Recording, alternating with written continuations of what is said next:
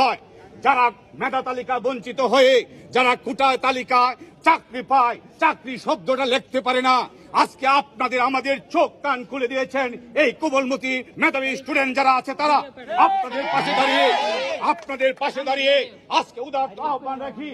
আপনারা একবার দেখেন বাংলাদেশের সংবিধানে আছে, যদি এভাবে হাত তুলে এবং আত্মসমর্পণ করে তাহলে তাকে কখনো গুলি করে না। বাংলাদেশ কেন বহির্বিশ্বে তো এটা আছে, আত্মসমর্পণ করা মানে তাকে সারেন্ডার করে দেওয়া। আমাদের সাইদ দেখেছি, সে বারবার আত্মসমর্পণ করেছিল, কিন্তু তাকে গুলি থেকে বঞ্চিত করে নাই। সাইদ একজন মেধাবী ছাত্র ছিল, মেধাবী ছাত্রী ছিল, তাদেরকে গুলিবিদ্ধ করে দিয়েছে।